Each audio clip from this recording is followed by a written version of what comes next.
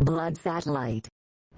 Topic we should move on to something that I'm sure will not raise your blood pressure at all, which is we're talking how gay sex was the birth of philosophy or something like that, right? I forget what's the name of the book.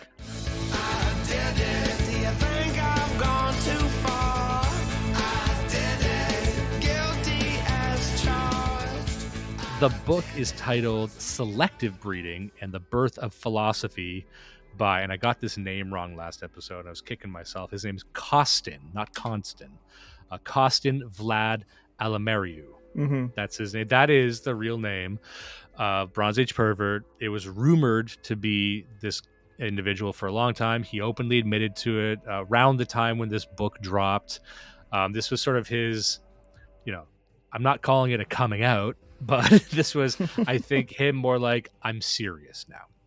Because this book, fairly long book, it was his doctoral thesis. And he just rewrote it, added an introduction, clarified some things, expanded it into a book. Very popular book. Let's just start by saying that. During the last episode, I tried to be very thoughtful on leading into this because, especially the last book, because I had some criticisms, not just, You're being too generous. You didn't really have a lot of criticisms. You just had people who didn't want to hear that their hero Bap is actually a fucking faggot European. So it's unfortunate. But yeah, there weren't actually very many criticisms. Well, here's the thing. So I approach it where, like I said, a lot of the people who are attacking Bronze Age Pervert and Costin right now, that would be the America First crowd. That would be the Groypers. They've been going at him. Some others have as well, but saying, you're Jewish and you're gay. And true, but I said, you know what? I really want to unpack these ideas because people treat these ideas seriously. I want to treat it seriously. And if I have any criticisms, I want to be very careful about it, just to prove that I'm not just some dickhead swinging for someone because they're popular, and he is very popular. And I think of the people in our spaces, it seems that he has he's got an orbit around him of pretty connected and influential people. So the reason I'm criticizing this is just the ideas. And I want to make that clear because even after the last one, I was accused of just, you already decided you didn't like him. And even though I'm quoting the book and I'm making a case that here's what, aside from all the irony, aside from all the sarcastic fun, there's a lot of fun stuff in there. There is a core idea in there. Now, some people, who had never really read Bronze Age Pervert before, a lot of people haven't, and they said, there's no way he actually wrote that, or if he wrote it, that he believes it. I had a few people message me like, this is clearly a troll. It's a troll book, Bullshit. And then I said, well, Cope. You haven't read his second book because, in my opinion, he takes the most, I'd say, extreme ideas expressed in that book and develops them into a proper philosophy, a proper worldview. And that became this book, Selective Breeding and the Birth of Philosophy. And the title alone it's interesting. It's very evocative. You see that if you're a right-wing guy, Selective Breeding, we're talking eugenics, we're talking aristocracy, we're talking Nietzscheanism. Wow, it is interesting. And it's interesting to people in the same way Bronze Age mindset was interesting. But I was, I'll say this at the start, there's more that I liked in this book. However, the parts I disliked more. So the parts you might have disliked in the Bronze Age mindset, they're really well developed here. And so you realize, this actually is his ideology. It is his philosophy.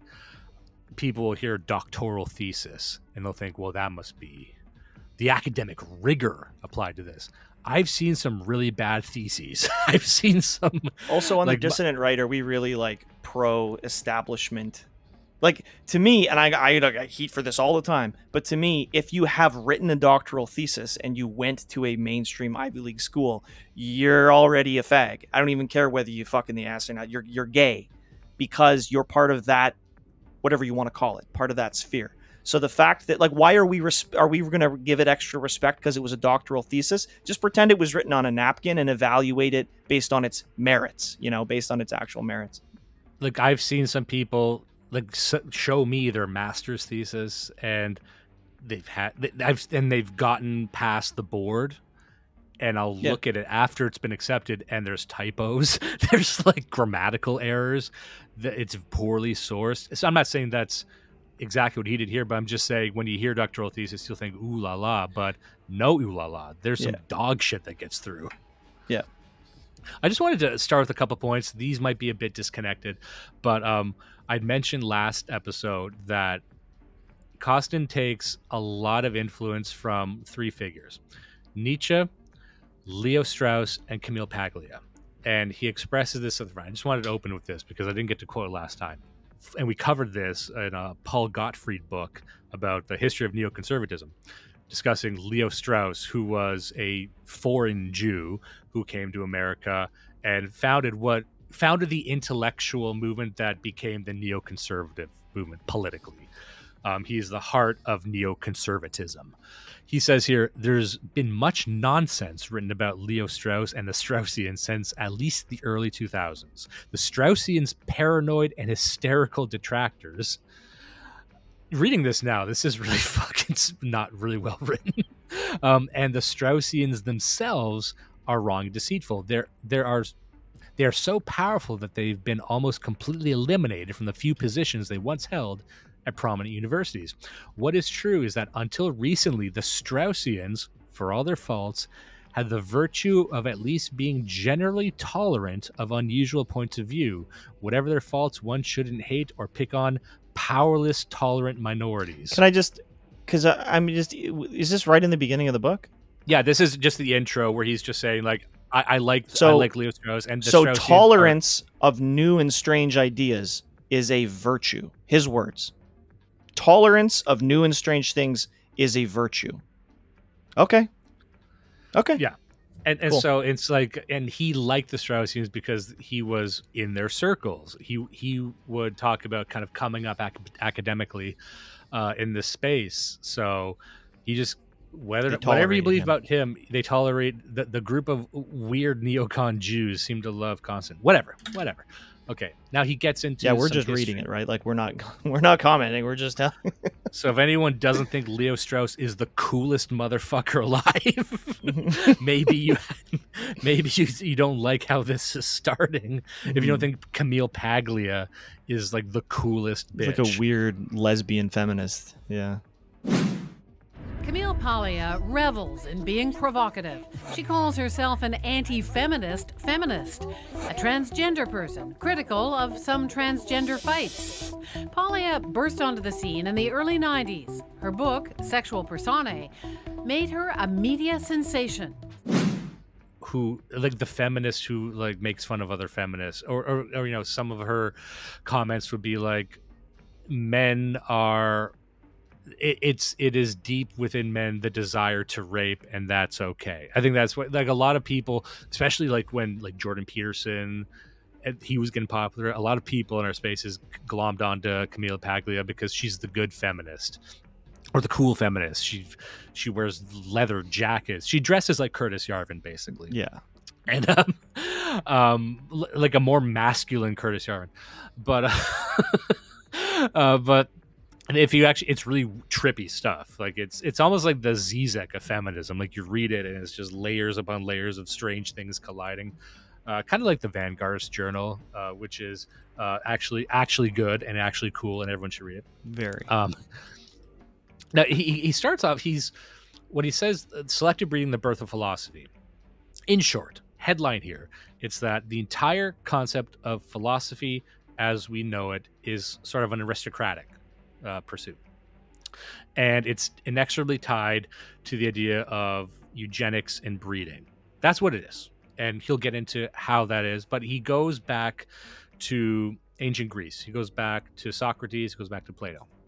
Now, we had made a comment on the last review of Bronze Age Mindset about how, you know, if you look at other groups that might fit the criteria of the Bronze Age mindset, because he ended the book with an example of what the Bronze Age mindset really is. And if you will recall, it is a tyrannical mind who stands alone, highly individualist, highly egoist, someone who enthusiastically pursues his darkest impulses and stands against society, stands against virtue, stands against social norms, especially family and children and religion, and citing Periander of Corinth, who raped his mother, fucked his mother, raped his wife's corpse, just castrated all these boys, sent women off to be raped in slavery, just the worst things. He crossed the line on every single taboo, and he said, this is the Bronze Age mindset. This is, and what he was saying in short was, this is the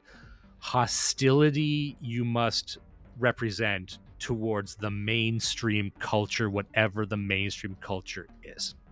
And he spent that book building the case, including his dalliances in, second or third world cesspits, thinking that's where life is, that's where interesting things are.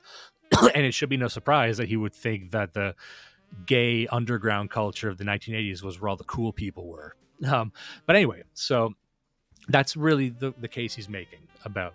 But what we found on the last episode was, if you think about all the other groups, you could think of the Vikings, you could think of the Huns, you might think of the Mongols, three, I would call them civilizations, as they were. They're labeled as barbarians, but as groups, we discussed them in depth on the show before. He would say that those aren't Bronze Age, mindset type people. They're clearly just savages, right? So through reduction, you have to say, well, who exhibits the Bronze Age mindset really? And it's the only example he really gives is the Greeks. There's only one. So it's not like it's criteria that anyone could really fulfill. There's a lot of examples of it. It quite literally was like the Greeks hated organized society. Well, we'll get into that. So, okay. So we'll start here. He says, Kritas, Socrates' student, was the Hitler of the ancient Greek world. And again, you hear something like that, you're like, I like when things are Hitler, right? He says he and his friends established a regime based on as atheistic biologism, so to speak, on Sparta radicalized, a eugenic antinomian dictatorship. He and his friends were overthrown quite quickly. Against this catastrophe, carried out in the name of philosophy and nature, there was a predictable reaction, the reaction against him, and the eagerness of other prominent members of his tribe to distance themselves from him caused an equal distortion in the opposite direction. And so Western philosophy was born in an atmosphere of hysteria and disavowal of a Hitler. That's how he opens it up. So, but he is starting by describing that there's always elements in society. In this case, an element that is more tilted towards what he would describe as like eugenics or biological or aestheticism, or of the greatness of the individual, and that society hates that. That's always oppressed by what he would call the Longhouse. And the Longhouse, remember, the Longhouse doesn't mean feminism. The Longhouse doesn't mean modernity. The Longhouse means civilization itself. It means norms. It is the act of a man taking in information from other men, that things that are not just generated from within him in sort of like some kind of animus, right? That's what he believes. That's what Bronze Age mindset was about. I don't think that's an unfair characterization of it. For all the people saying you didn't read it, I probably read it closer than any fucking one of his fans did. So here he goes. He continues. I know we're getting I don't want to go as far over last time as we did, but I think you'll find this interesting. So he says, for both men and women, the striving for access to sexual intercourse, to mates of one own's liking, and to opportunities to father to bear children, determines every other economic, political, and social regime. Okay, I'm with you. Interesting. In the Bible, 3 of the 10 commandments deal specifically with this matter. Many traditions claim that mythical founders paid attention to marriage or breeding laws first and most of all, or otherwise make clear that this act of foundation is more fundamental than any other. Interesting idea. The idea of there's always been law. That's what a caste is. A caste is who you're allowed to fuck, who you're allowed to mate with, which bloodlines are allowed to propagate. I think it's true that throughout history, various cultures, there's been more of a focus on, you might call it bloodline maintenance, but it's like, the reproduction seems to even now, like the importance of the family. What is the family? Well, it's kind of our idea of the ideal configuration for breeding. It's within this framework, right? And even a lot of Christians will say that. It's like, well, it was the antidote to polygamy, which caused social unrest and this and that. So I actually am with him so far. Okay. Yeah. It's tautological, but yeah. Yeah.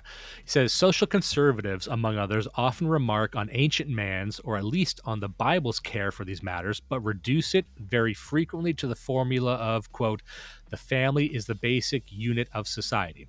The problem with this view of the social conservative is that it assumes a man's duty to his wife and children is more natural and therefore more easily enforced than it actually is. The problem, as liberals and feminists are finding out, isn't that men seek by nature or education to dominate their wives or children, but that men simply don't care. Now, I disagree. This is right at the start. I actually disagree with this. So what he's saying there is that it's not natural for men to even want to raise their children. This is just projecting because he's an unmarried gay man. I'm sorry that I have to keep saying that, but this is just projection. If you think that that's true, did he cite anything at least, or he's just making this claim that men simply do not want naturally to take care of their children? Yeah, I didn't see any sources for this one. He's saying, and this is actually something you see a lot in his writing. If you read his articles, I reviewed one of his articles on Real Secret Coffee Hours, and I found this, like when he was just commenting on political matters, he writes he's a bad writer. I'm sorry to people who think this is crazy. Costin is a bad fucking writer because he'll write this long piece and it's full of sentences like he'll make a claim and say, this is self-evident, or, well, this is to be discussed later.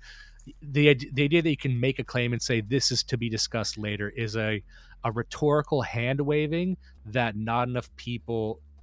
I'm surprised by how few people pick up on that. It's on the level of absurdity of Nick Fuentes saying that actually sucking dick is the least gay thing you can do, or something. Like, he's made comments like that, and it's like, you need to stop and explain that, because it's a no-go from here forward unless you explain that, because that's insanity. So saying men naturally have no desire to care for their children, what?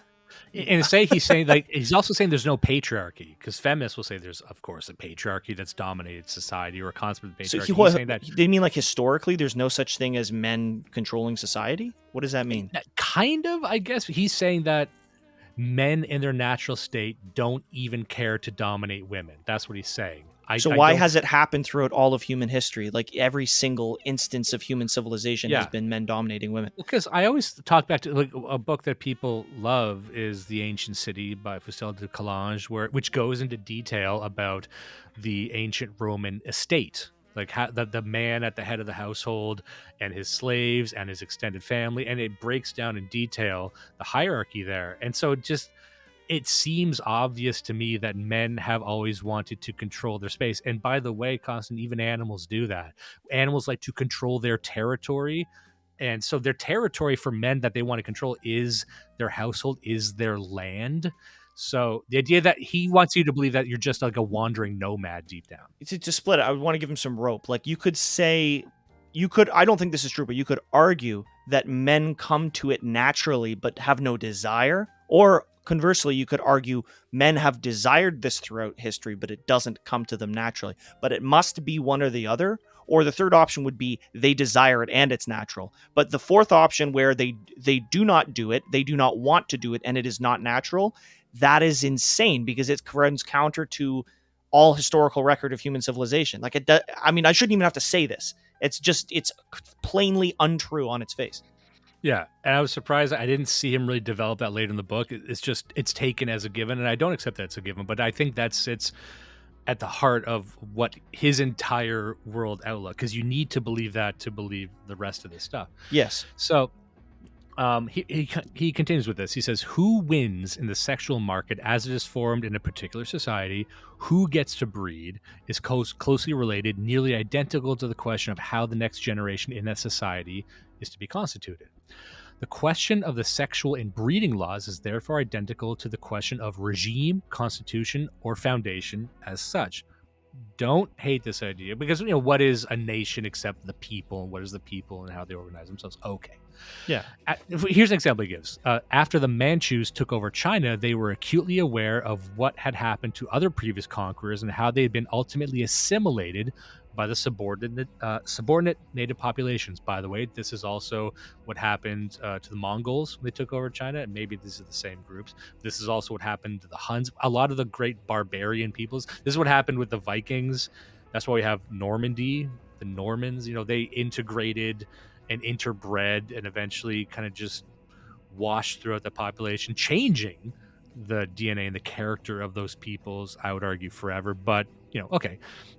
They resolved to prevent this from happening to themselves and enforced in the law of Manu a caste and race-based system of sexual apartheid.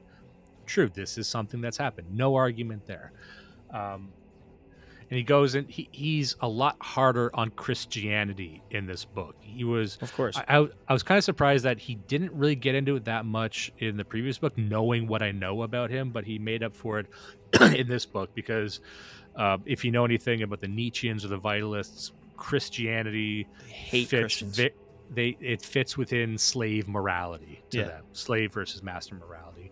I would argue that this is their biggest cause, even above race, above all else. And I don't think that I would hear any arguments there from them. It says, first, precisely through the ideal of chastity and the grudging concessions made therefore to monogamy, it is possible that Christianity stabilized family life and thereby promoted, in many cases, a salutary and steady, but not Malthusian increase in population. But one need not speculate about how the church extended its power throughout medieval Europe, which was precisely through its control over marriage. It is through its power to carry out marriages and therefore through its effect on inheritance, among other things, that the priesthood was able to exert such temporal power. So he's making an example like, well, this is how Christianity controlled it. In a sense, Christianity has the monopoly on marriage and therefore the monopoly on acceptable reproduction. Okay, fair enough. He says, now here's the interesting part. To bind all that together, it says modern liberalism and capitalism, universal ethics or morality, are latecomers and piggyback on the fundamental and centuries-long work done by the manorial system and Christianity in reshaping and perhaps rebreeding European man, for there is strong evidence that many of the behaviors described, such as altruism towards strangers, are by now hereditary in certain populations. Thus, it is arguably precisely through its marriage and breeding laws that Christianity shaped the modern world. Now, interesting idea. I don't necessarily think that's bad. I also don't. This is something a lot of Nietzscheans will say about how Christianity breeds, like you said, an altruism towards strangers. And I heard it described, it might have been through one of the Stone Choir guys, because all anyone wants to talk about is Stone Choir. Humiliation. It's a good show. But they had said, there's something interesting about the commandment about love thy neighbor. That's what a lot of people will point to. Like, oh, that teaches universal altruism. But if you think about it, the establishment of the concept of a neighbor implies that there are people who are not your neighbor, because neighbor means those who are in your vicinity. I'm not sure why that's not obvious, but yeah. Like your neighbor, when you and I talk, like, oh, my neighbor, who's your neighbor? Oh, he's this guy from Somalia. He lives next door to you? No, he lives in Somalia. Okay, well, hold on. But how is he your neighbor? He's not your fucking neighbor. That's not what neighbor means. So it's not a universalism that a lot of the Nietzscheans or the anti-Christians would say. And that's all I would say to that. It's like, sure, it teaches altruism laterally, yes, but there are boundaries built in. You're creating a net, right? So you are friends with the guy to your left and to the guy to your right. And if everybody does that, the emergent pattern is you get localized nets of support. And it's only, I think, Jews that have turned this around in the past 150 years and turned it into this universalist thing where we're all global brothers and neighbors. It's fucking insanity. It's to me, I don't view that as a Christian thing at all. It's just somebody's bad interpretation of the Bible.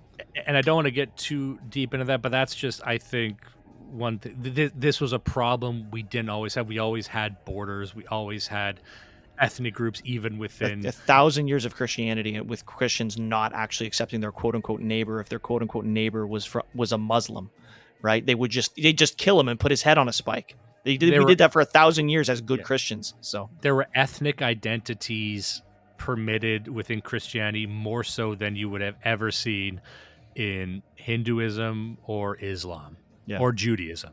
Like, you could actually have, like, the fact that there's, like, Irish Catholic period, and it's not just, like, the one fucking flavor of Catholic. And you have these things called saints, which is kind of your race or ethnic group's guy, and that's the guy you worship. Like, what is it? Is it a surprise that Irish people worship Irish saints? Like, they figured it out. Anyway, I won't get involved in that.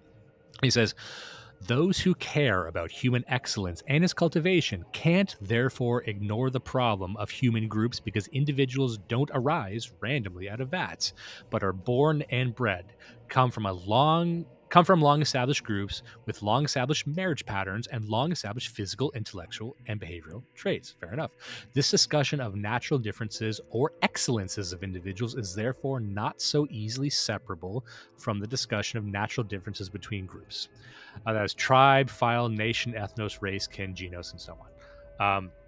And he kind of summarizes it here. He says, this book was composed first with a view to explaining the emergence of maybe the first two dazzling, uncanny, and magnificent types of humanity, the type of the philosopher and the type of the tyrant. The philosopher is a student of nature, a lover of wisdom who seeks the truth. And what is the tyrant? This book presents an entirely new argument for the emergence of both, of the idea of nature and of philosophy itself, out of an awareness of biology or breeding. This idea was developed with reference to specifically the breeding of animal stocks that is likely to be a special preserve of, first, a pastoral society, and second, an aristocracy that developed out of such a society through an act of conquest. Okay, so there's a lot of notes here, and I don't know if I'll get to all of them, so I think it's important to start with this one, because this is really another central pillar of the book. And here's what he says. He says that, there's two types of societies. There's pastoral societies, and there's agricultural societies, right? So the pastoral societies would be like the Mongols. Those would be the people, the conquerors, the ones who are on horseback on the steppes. They're the ones who they're the barbarians at the gates. They're his ideal society, basically. Then there's the agriculturalists, the farmers, the societies that are not sedentary, but they're kind of fixed in place, right? Okay. He is saying that the emergence of the concept of an aristocracy first emerged in the pastoral societies, these horseback people, basically, the Huns and whatnot, because they, more than the agriculturalists, more than the farmers, had a concept of animal breeding through horses and whatnot. And because they had a concept of animal breeding, they had a concept of eugenics. And because they had a concept of eugenics, they could apply that to humans. And so they had a concept of human breeding, that gave them a more profound understanding of nature. And that doesn't sound right to me. It's ridiculous. It doesn't make sense that the pastoral societies would know more about animal breeding than a fucking farmer or an agriculturalist. It's as if the agrarians had no livestock. Not only did they have livestock, they had exactly the same livestock, and because they were static, they had more of it, and they had the ability over many generations to, through division of labor, to actually spend more time studying. That's why the sciences and our understanding of all of these things, they didn't come from the fucking Mongols, who, by the way, have been gone for over 1,000 years. They came from the agrarians. All of this knowledge, your fucking computer and your written language, came from the agrarians, because only agrarians have the time to actually sit back and think and talk and learn to read. So, like, it's just stupid on its face. I'm not even going to guess whether or not there's any citation. I know there's no citation for that. And you know what? It's like also botany, also understanding the breeding of plants, of vegetables. Like they would. Well, the whole study of botany not only comes from agrarian, it comes from Christian monks. Like, because Christian monks, again, were the only guys up at that time who were well read enough, knew how to read and write, and could sit around all day in the garden figuring out which kind of pea leaves and flowers look like and breed with other ones. No, but you're right. It's the Mongols. The Mongols figured it out.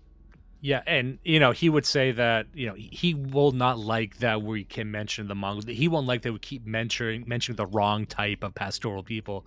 But in my mind, if I don't agree with this premise, the rest of the book doesn't work. Like, you got to understand, if you read the book and you don't agree that the pastoral people, that the conquerors had a better understanding of breeding, then in fact none of this works, because he will then make the argument that when these conquerors come into a new society, they make themselves into this aristocracy, like the laws of Manu, by separating their interbreeding from that of the subordinate population. So there you have the birth of the concept itself of an aristocracy through conquerors, and so it's the natural state of the aristocracy to be pulled from conquerors. But and can I just say, before continuing, there is a framing issue, because it can't be reciprocated, right? You can have a roaming band of barbarians conquer a agrarian city, and they may or may not set up some kind of ethnic apartheid within that city. But you would never have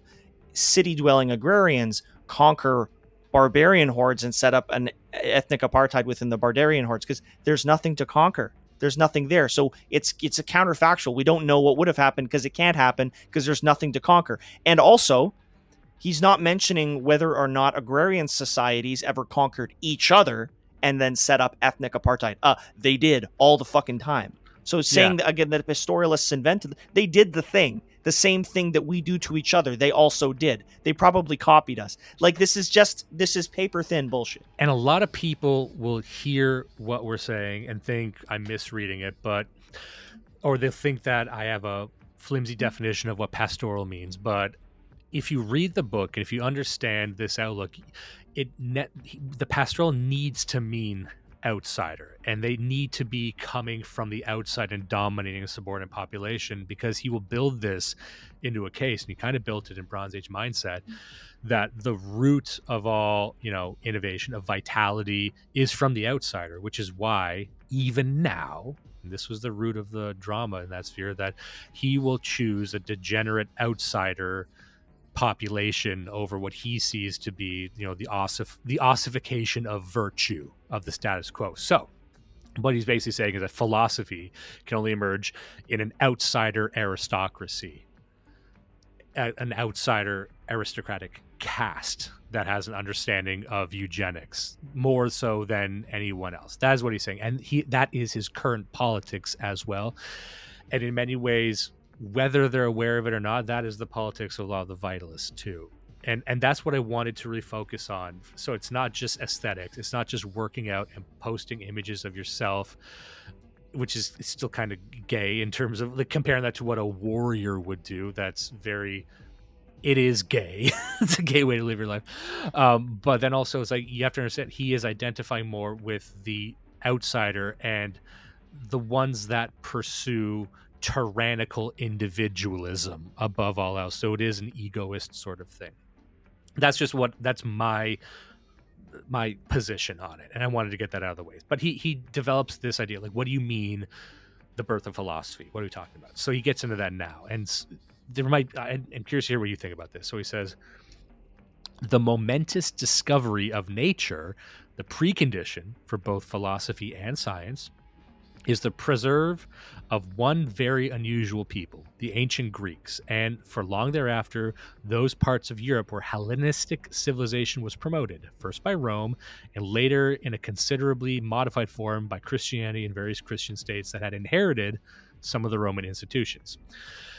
Now, so he's saying that to develop philosophy, you need to understand nature, and he's saying that most tribes, most groupings of people wouldn't have a true understanding of nature or yourself as apart from it, even though, as we saw in Bronze Age mindset, his vitalism is resubmerging yourself in sort of a all-encompassing animalistic spirituality. So I don't know how those two things square, but anyway, he says this is, and he's talking about the history of philosophy here, about how philosophy changed from this rebellious, dark, fucked up thing into this quaint, studious thing. So he says here, Plato's program of public relations was to turn the image of the philosopher from one of criminal outcast and potential tyrant to that of spiritual counselor and defender of virtue. The masterstroke of genius in this is not just its perversity, in which the truth is turned upside down, but that he saw a great opportunity in the special condition of the Greek cities at the time. It says the decline of the Greek polis was synonymous with the decline of its aristocracy, their institutions, custom, their regime, or their way of life. They faced disorder, anarchy, not only externally, but as a result of the Peloponnesian War, but within themselves, in the disorder of their instincts, the lack of political, cultural, intellectual will. Plato invented the image of the philosopher as defender of moral virtue. In other words, invented the image of the philosopher as priest. Now, that may very well be true.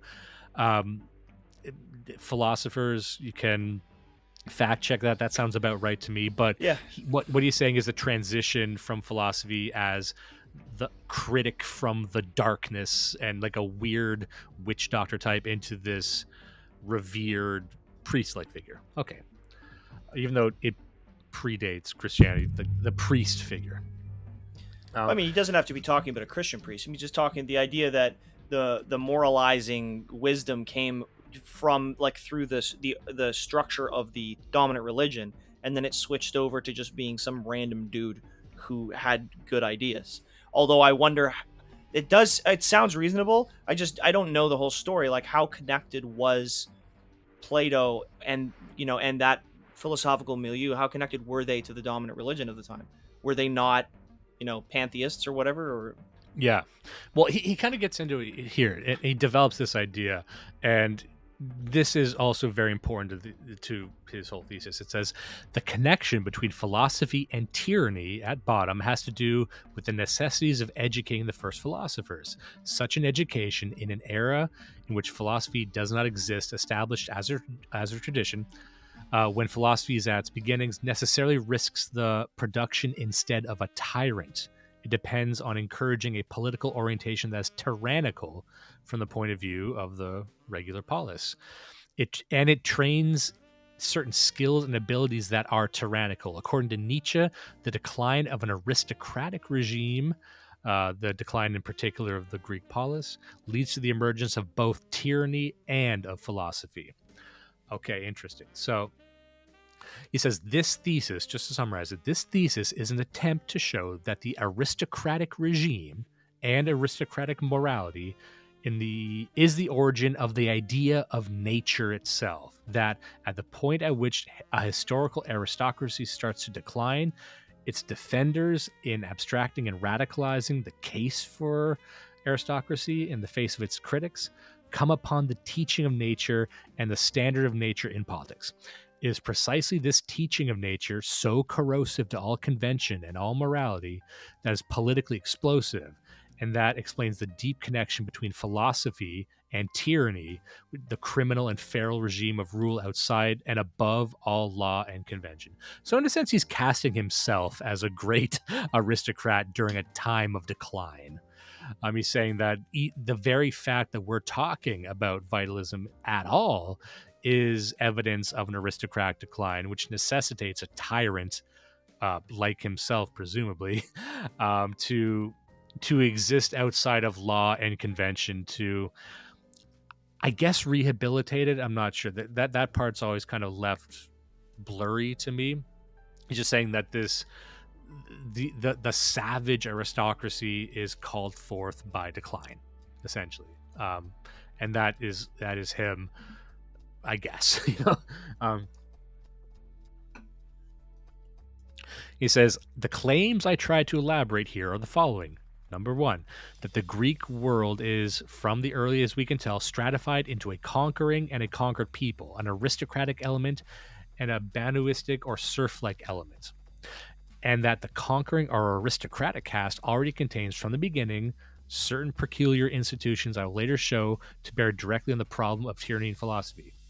Number two, that these two features of Greek life, the top-down imposition of order by a conquering elite, and the separate and independent status of a warrior class is likely what allows for the principle different from the fundamental democracy or fundamental collectivism to emerge. So yeah, these groups that are outside of sort of the lower strata of collectivism.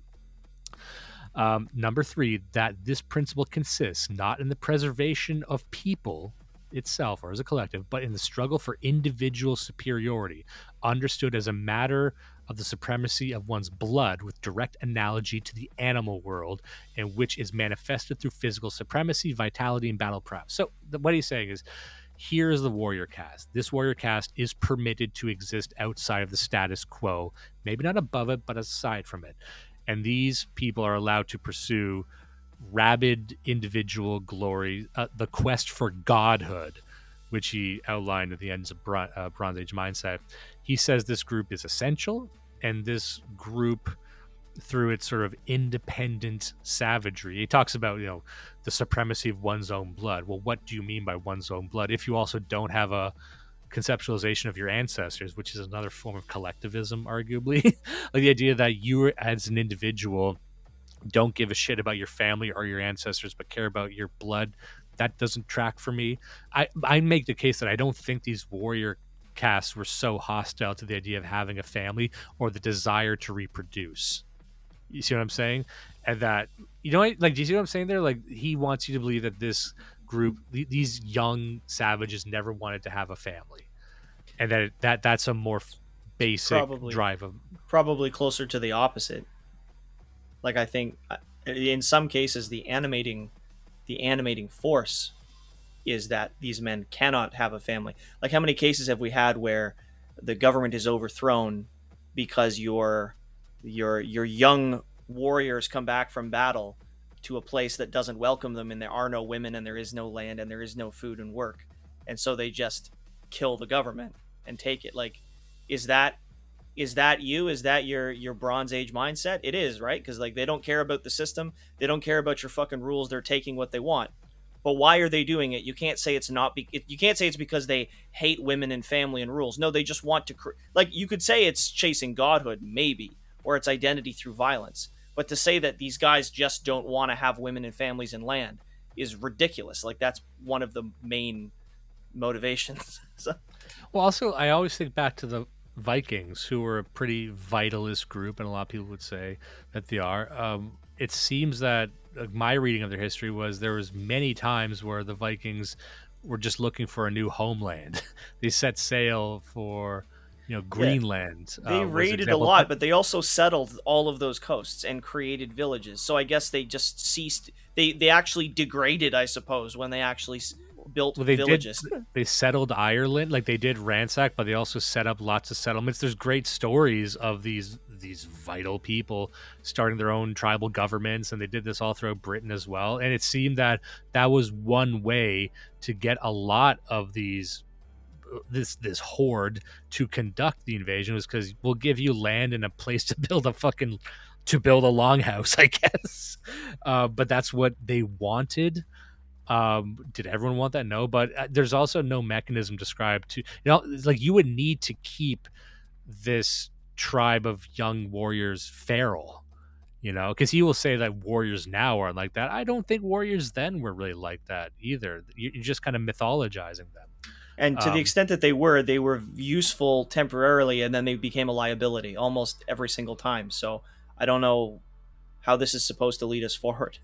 It says here, the early despot, inseparable from the figure of the early magician, is perhaps one of the only means of breaking from the absolute totality of nomos and tradition over every aspect of life and thought, and that the rival to the rule of the custom is the sorcerer or the king's intelligence. So basically, when we talked about, Julian Jaynes, and we talked about Marcel Eluded's investigations into ancient man and how ancient tribes actually behaved and thought, their understanding of the supernatural world, that there was a total immersion in ritual and the cyclical understanding of the universe, right? There was a stronger sense of collectivism in these tribes. There was no sense of individuality, arguably.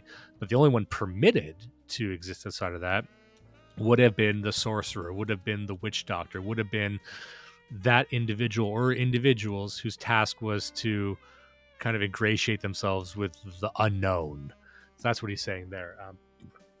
The magician's opponent in general is custom and tradition, but this opponent is made concrete and in the flesh through the elders who actually rule primitive societies. The Council of Elders, or what Fraser calls oligarchy of elders, is the typical institution of rule in many tribal societies and exemplifies concretely what Strauss calls the supreme authority that derives from the ancestral. The religious function of a king, or the unity of priestly and kingly offices, was one which one would maybe otherwise casually assume to come from the various early stages of superstition, are in fact relatively late developments of a relatively civilized and complex societies. So he's building a case that, you need people to stand outside of society, and that makes you maybe even more essential than the people themselves, in a sense. Indeed, one can go further here and say that for philosophy to be practiced and for the idea of nature to appear, one must be able to see the things not made by man as superior and worthy of investigation in the first place. But for the primitive mind, what lies outside the village boundaries and its tales is worthless or frightening. A local king or magician may rise to prominence and rule, but he will be at most able to pass on his power to his heirs. He will not be able to create a ruling class with the way of life fundamentally different from that of the ruled. Wherever we find in the real world a truly aristocratic attitude of morality, it seems to have been imposed from the outside by a conquering tribe or elite. Now, see, I follow him to a point. I follow him to like the value of having a section of society or the tribe or the civilization that is to kind of freestyle with interesting ideas so you don't become locked in and ossified and become a museum to yourself, of course. And you would always have these trippy individuals who can do this. However, I don't accept that the entire idea of an aristocratic attitude has to be from a conquering tribe. You know what I mean? Because he's saying that's the only way that ever happened. So the only aristocrats can ever be invaders. But like you had said before, there are tribes that just conquer other tribes, right? Then they would become the caste. Like you don't actually need just the warriors to become the caste itself. Has he given up on there being like a distinct difference between the invaders and the invaded? Like do the invaders still have to be like Nietzschean Übermensch pastoralist Mongols, or can the invaders be like one province of France invades another province in France in the Middle Ages, right?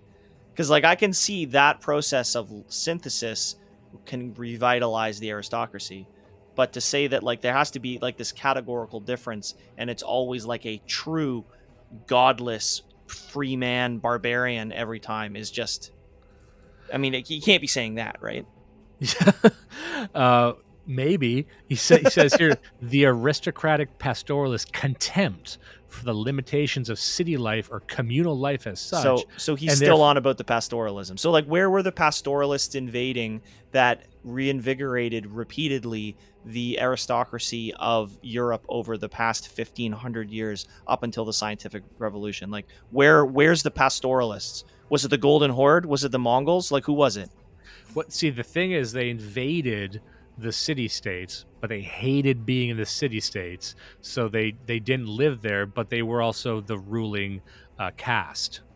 Yeah. So I guess they conquered and then immediately left, and didn't integrate, but then they just kind of they conquered and then left.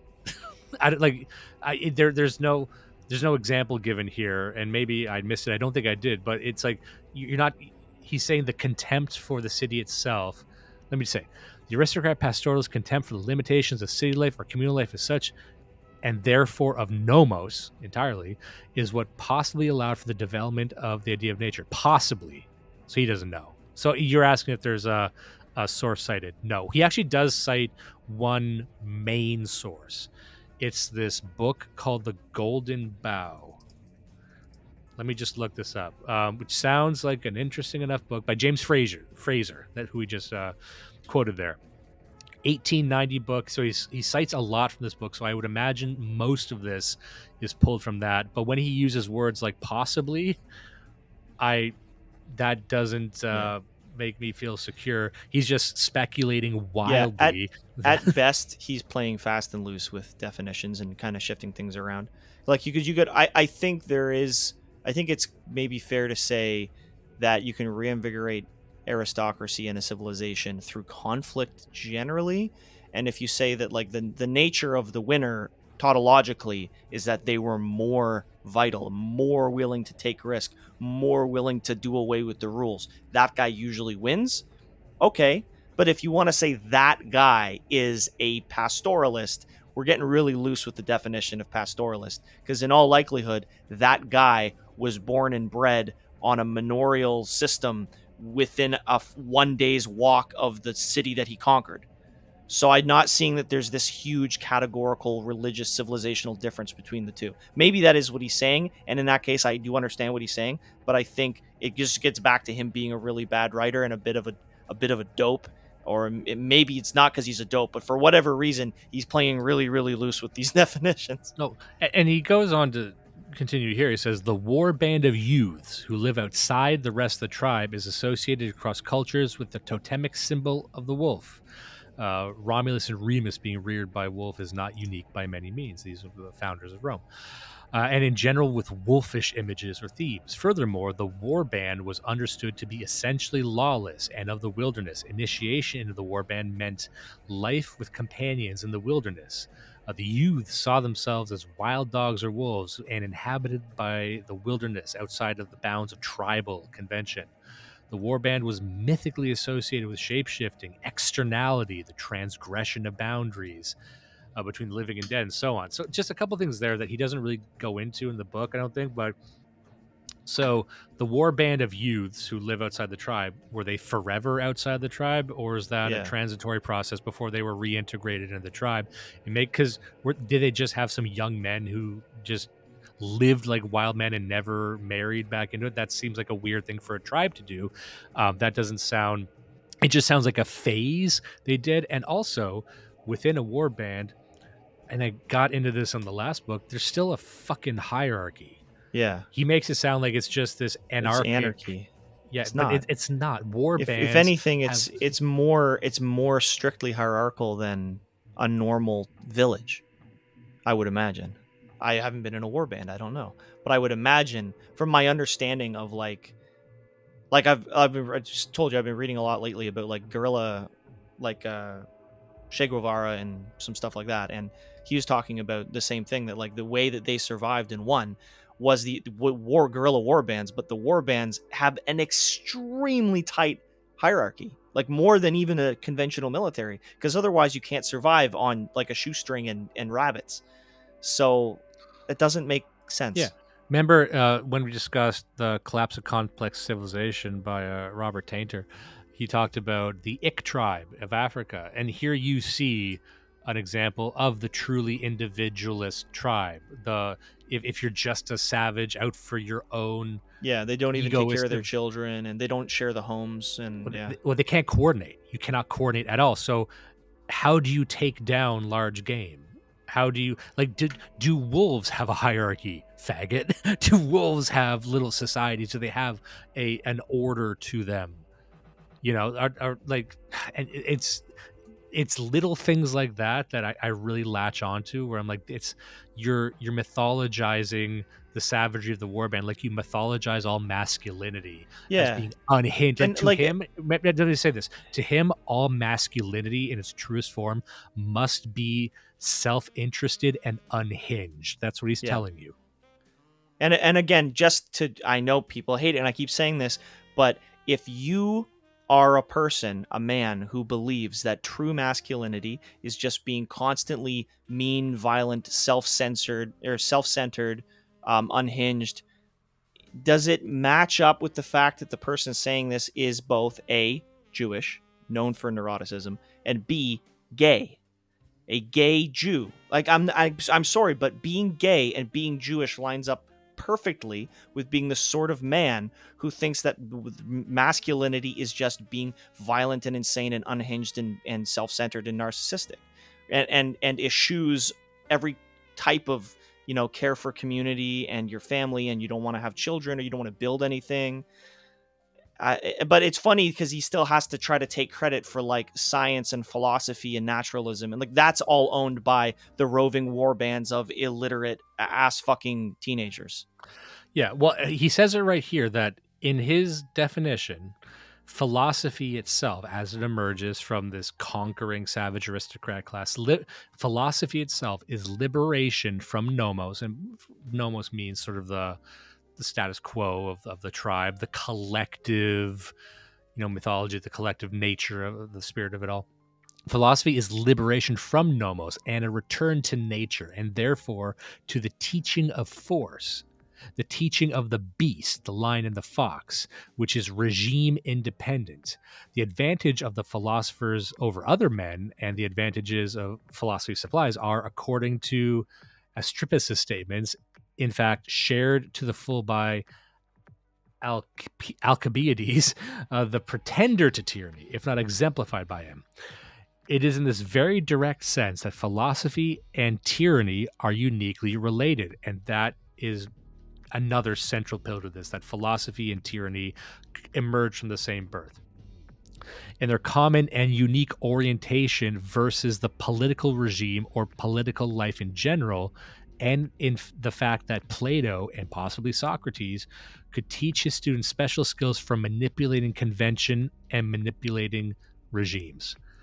From the point of view of the classical regime, indeed from the point of view of any particular or sovereign regime, this orientation is treasonous and dangerous. It is tyrannical. So there is fundamentally no difference between the tyrant, who stands above almost as a persecutor of society itself, and philosophy. So philosophy must always be in opposition to virtue, morality, and any sort of shared civilizational traits. That's what he's saying very, very clearly in this book. So philosophy can only come from conquering hostile outsiders, and philosophy can only be hostile to social conventions. So can we get a list of his favorite Greek philosophers who got their start as hostile conquerors and eschewed all, you know, concepts of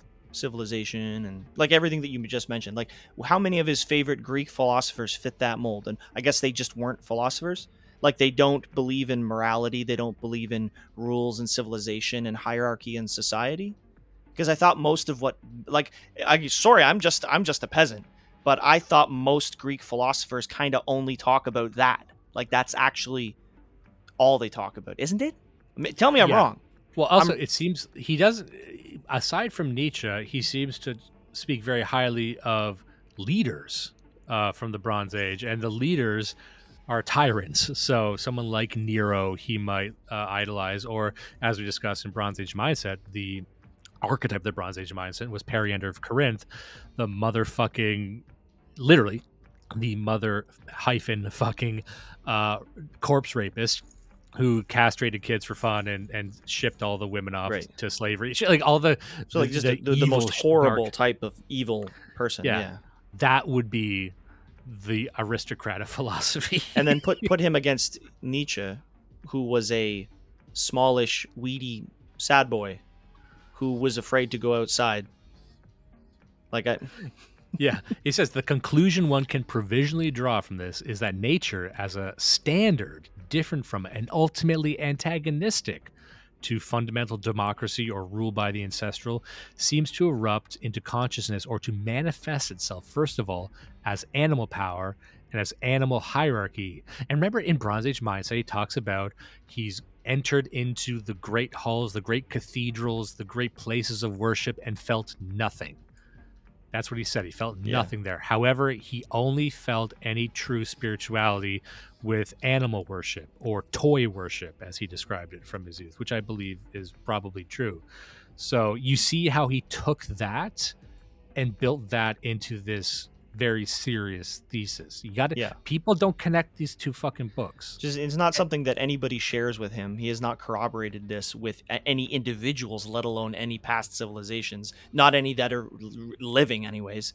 But no, this is definitely true. And if you don't get it, you're an idiot, I guess. And he says here, finally, the object of investigation of the philosopher, the thing that the philosopher is looking at, which is nature or physis, by which philosophy itself stands or falls, is itself at its origin only apparent as blood. That is, it emerges from the ubiquity and homogeneity and darkness of convention, becomes apparent to the perception of the wise man as a fact of biological breeding.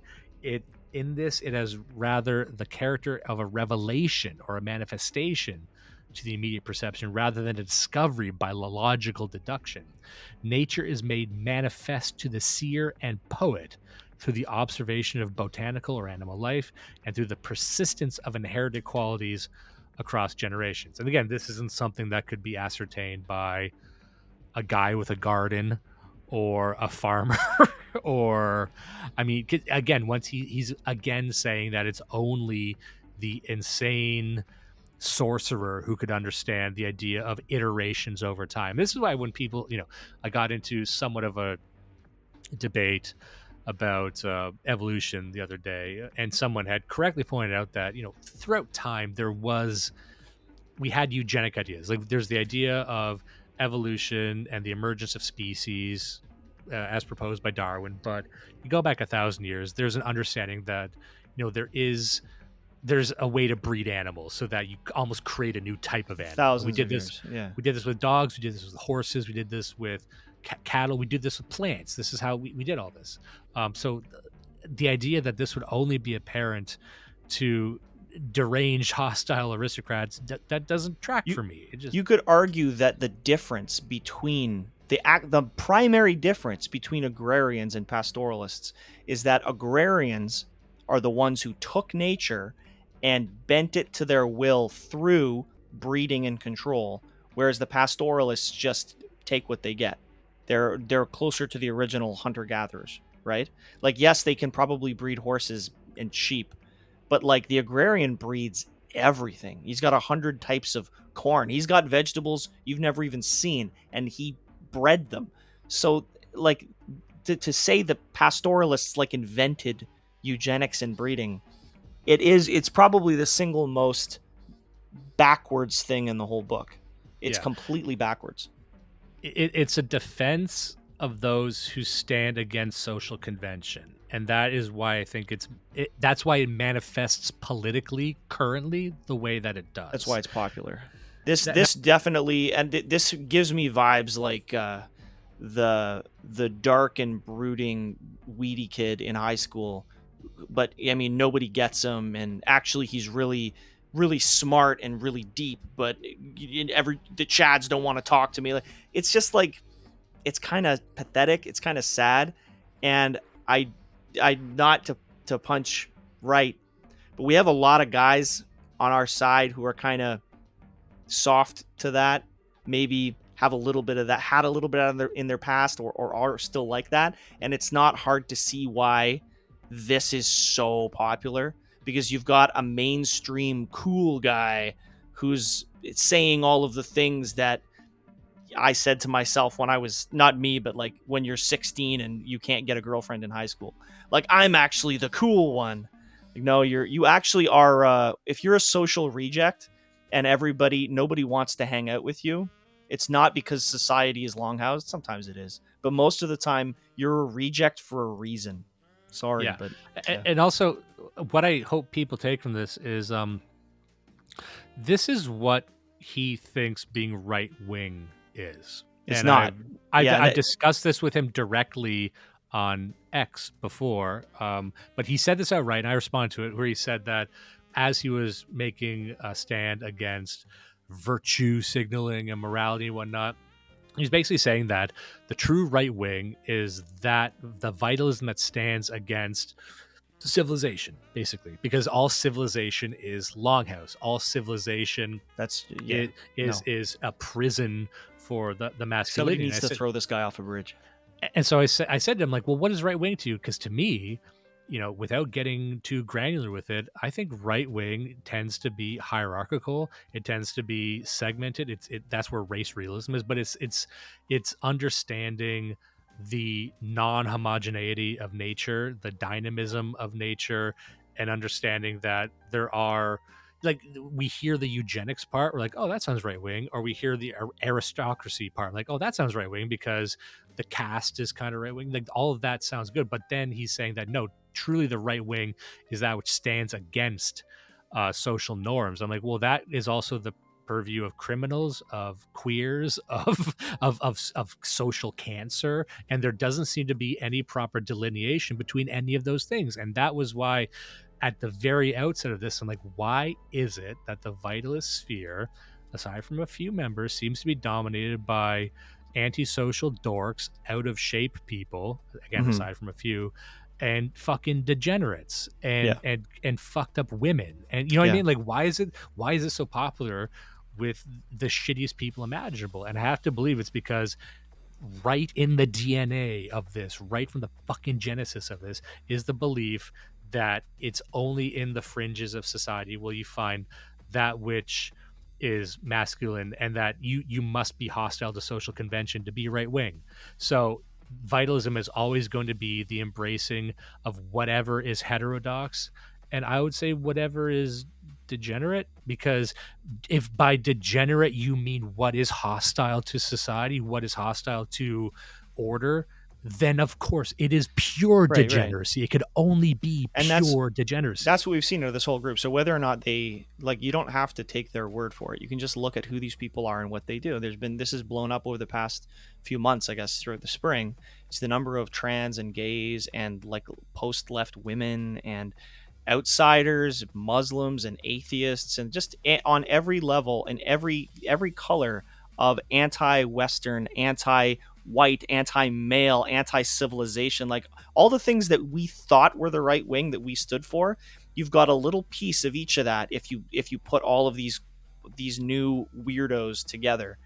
And then I think the fact that he would actually stand up and say this is what the right wing is, as if he is anyone to talk, is if it, I've said before, but it feels to me like an op. I feel like I don't know if it's a political op, but this is not good. It's almost the polar opposite of everything that we stood for. And just over the past 2 years or so, these people show up and they're turning us in the other direction. Well, the idea is that for many of us in this space, the dissident right, we will see ourselves temporarily outside of civilization, society, because we have been thrust here, but we would like to reassert our place. Whereas what I think is being given to us here is sort of a Cartesian definition of us, like, no, to be right wing, you always need to be outside of society, no matter what it is. And I think that therein lies the danger. We were like what I was saying. We're saying earlier about the whole deplatforming thing. It's like, now is the time to eschew some of the rules. Be a hypocrite. Be a boor. Be mean. Be violent, and do it as a means to an end to take back the hierarchy and the control and the civilization that was taken away from you. You know, we can be temporarily the warband, but only because we want to come back and take civilization over. But he is the whinging little faggot at the back of the class who says, well, if you won't let me play your game, guess what? Your game sucked anyways. He's, you know what he is? He's this is school shooter mentality is what it is if none of you guys like me, I'm just going to kill all of you because actually you all suck and I'm more fun on my own.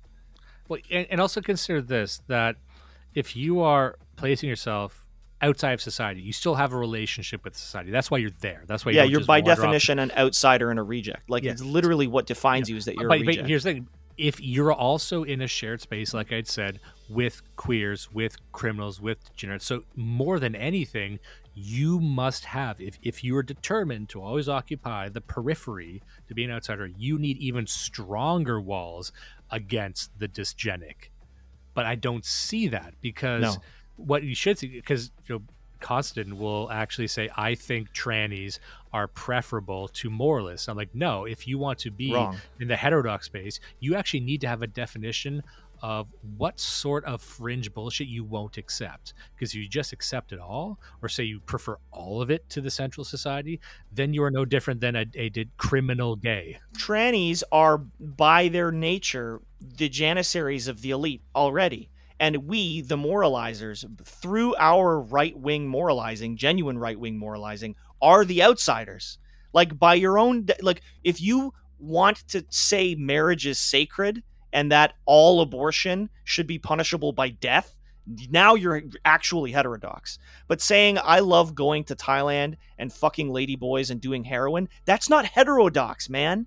Like, that's like your grandfather probably did that again because you're Jew, but like that's that's what you always look at this Vitalist. You look at this ethos and you say, wow, why is the guy who writes this just taking selfies at cafes in Japan?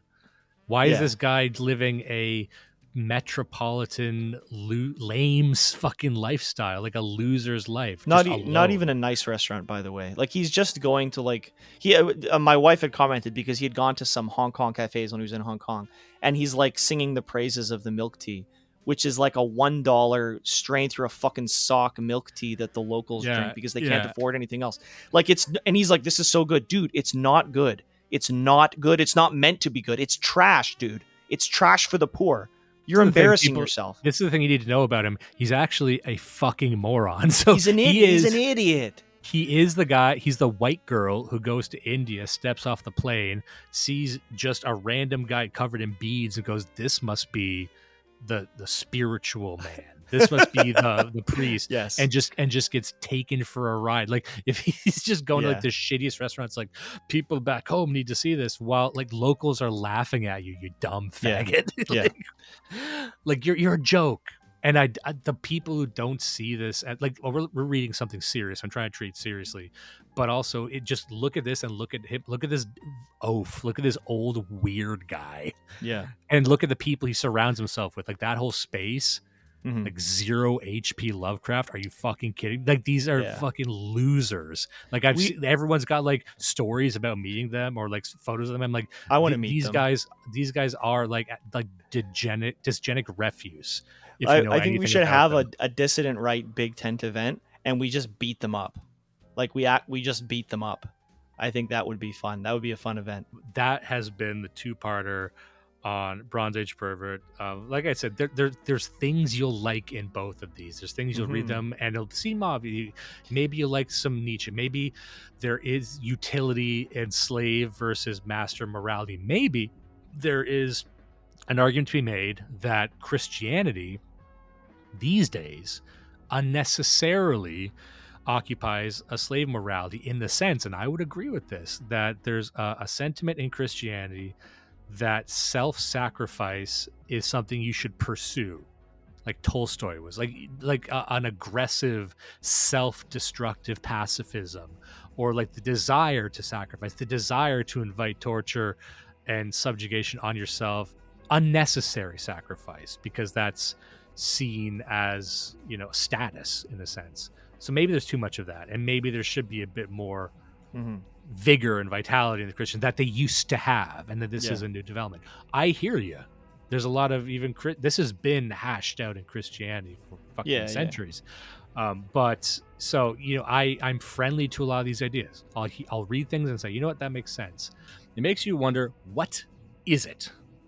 Now, if you were to ask Bronze Age Pervert, and I think I'm being charitable here, if you were to ask him, is this a philosophy? He might say it is. I would disagree. The philosophy would be Nietzsche.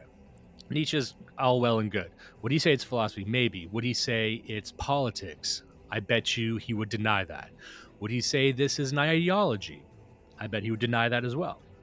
But what is it really? I would argue that it is closer to politic. It's closer to praxis, in a sense. And to me, I must return to the primary influences of this individual, of Dr. Alamariu, of Costin.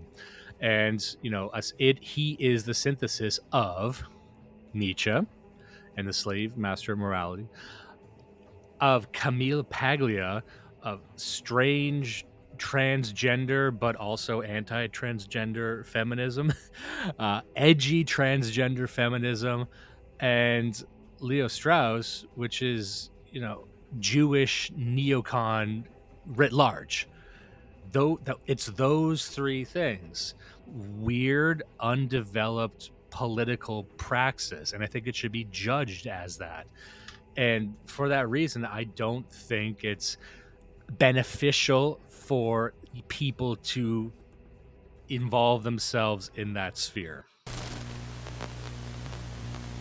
Do not let the rapists win. Listen and love Blood Satellite.